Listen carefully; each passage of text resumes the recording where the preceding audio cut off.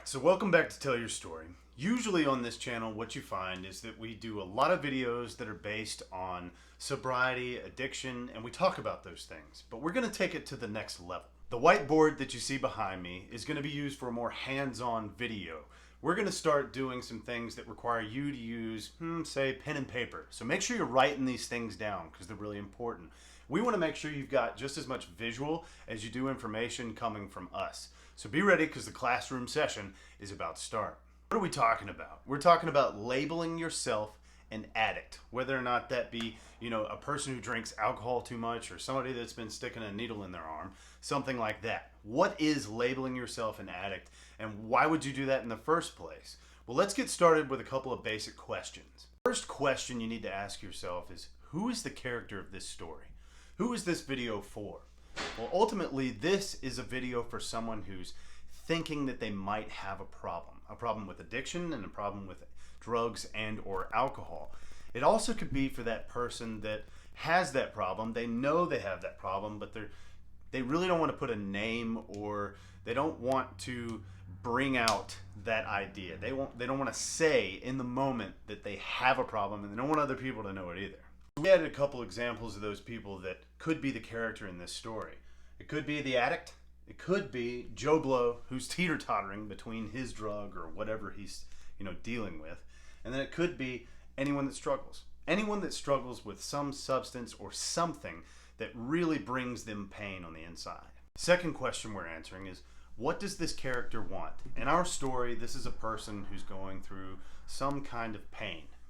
They've got trauma, they've got all kinds of confusion going on in here, and they don't know whether or not they've got a problem. To answer that question, we went with a few things. One, that character wants relief. They want to stop feeling the stress that they feel from it, the anxiousness, the running thoughts that come from feeling stressed all the time, from needing freedom from the obsession that they have over their alcohol, their drugs. They want to change. They want to do something different. Stop doing the same things over and over again, which is the definition of insanity. And they also want options. And what happens with this change when you've given yourself a label, it's that you're making a change in your life that gives you options to do things differently than before. Third question that we're asking now is, what will it cost if they don't get it? This person is confused. They don't know if they have a problem. They don't want to give a name to the problem that they might have. But if they can't get clarity and they can't add a name to the face of their trauma, what will it cost them? If this person's unable to find the clarity that they need to figure out whether or not they are an addict, it's going to cost them a few things. We believe that it might cost you your life. Alcohol and drugs have a way of taking away everything about you. Take away your freedom of choice. Underneath the influence of said alcohol or drugs, you are not the person that you want to be. You lose your inhibitions and your will to do things that are good for you in life. You lose relationships, your family, your friends. People disappear when you are stuck underneath the roof of addiction.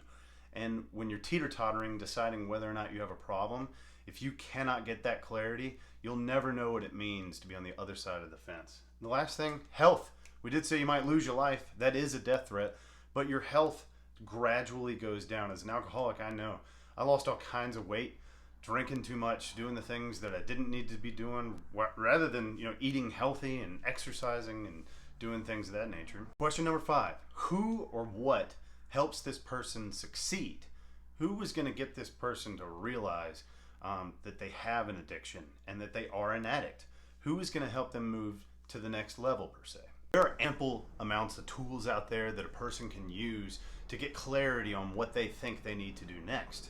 We labeled a couple of things: friends, mentors, doctors, priests, 12-step groups. There are all kinds of things around you, but what that takes is a little bit of action. So that leads into our next question. Question number 6 being, how does that person get it? How do they get the clarity? How do they get the tools that they need to move ahead with their lives so that they're not using the substances that they are obsessing over in the first place? Our character has decided that they might be an addict. They're trying to get to where they need. They've looked at the tools that they need to get to that next level. What are the things that they need to have in order to get to those tools that they need? A person that is trying to decide whether or not they are an addict has to be willing, they've got to be vulnerable, and most importantly, they've got to be open to communication. Opening up a line of verbal communication with someone in some way can get any addict to the next level. And it's that willingness that says, hey, I want change. I want to be someone that's better than I was before. And you know, the best thing that you can do is pick up a cell phone. You pick up a phone, you call somebody, or you walk next door or in the other room to somebody that's willing to listen. Not somebody that's willing to be an enabler of the things that you have or want, but someone that's willing to tell you what you need and where you need to go next. Last question we ask ourselves is, what does the character change? When someone has labeled themselves an addict, they've had the willingness to take that step of communicating with someone else, they are vulnerable in that moment and open to change. What is it that they've done to change? We know that it takes a lot of fear, it takes a lot of bravery to decide that you have an addiction or a problem. And when you make that change, what happens? So you've made the change, and now you want to know what exactly happens when you've decided you're an addict and you label yourself a person that has a problem and you're starting to move forward. First thing that changes is your options. You don't have to do the same old thing anymore. You have got a new road ahead of you and new choices and things that are going to change a lot of things. One, your freedom. You are not going to be bound by the drugs and the alcohol anymore.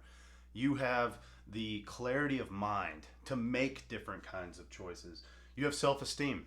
You've taken a large step in what is your personal life to make yourself a better person. Your relationships with people, with friends, with family, everything about your relationships that's totally going to change. Now that you have sort of given a character or given a face to the problem, you get to see and understand that problem and know where to go next.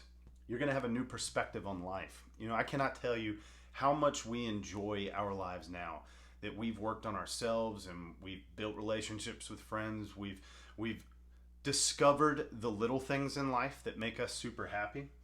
And your people and places, those toxic friends that you have or that you might have, even family, they don't have to be around you all the time.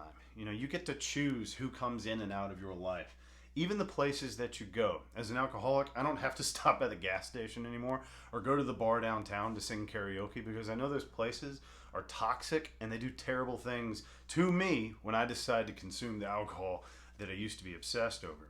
The point is that labeling yourself an addict, it's not always seen as a positive thing. But in my world, and maybe a few of the worlds of other people that I know, it's become a life-changing event.